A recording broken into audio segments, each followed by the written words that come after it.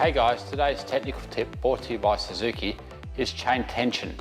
Chain tension is important for a number of reasons. A chain that's too tight will put a lot of pressure on your wheel bearings, gearbox bearings, chain and your sprockets, as well as accelerating the actual wear of your actual chain sliders and chain guides. A chain on the loose side, on the other hand, will also cause chain sliders to wear a lot quicker than they are if the chain's flopping around as well.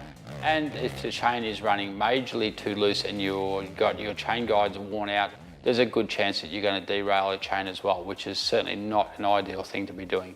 Your chain tension also has a huge effect on suspension as well. If your suspension is generally not feeling that good, a lot of the times, a lot of it is because your actual chain is running too tight. The best way to tension a chain is to actually pull the bike off the stand. The tightest point, or when the chain's at its tightest point, is when the center of the counter shaft, the center of your swing arm pivot and your axle are in one straight line. To ascertain that, what you need to do is lay over the top of the bike and actually compress the rear suspension and make sure that you've actually got chain free play at that point.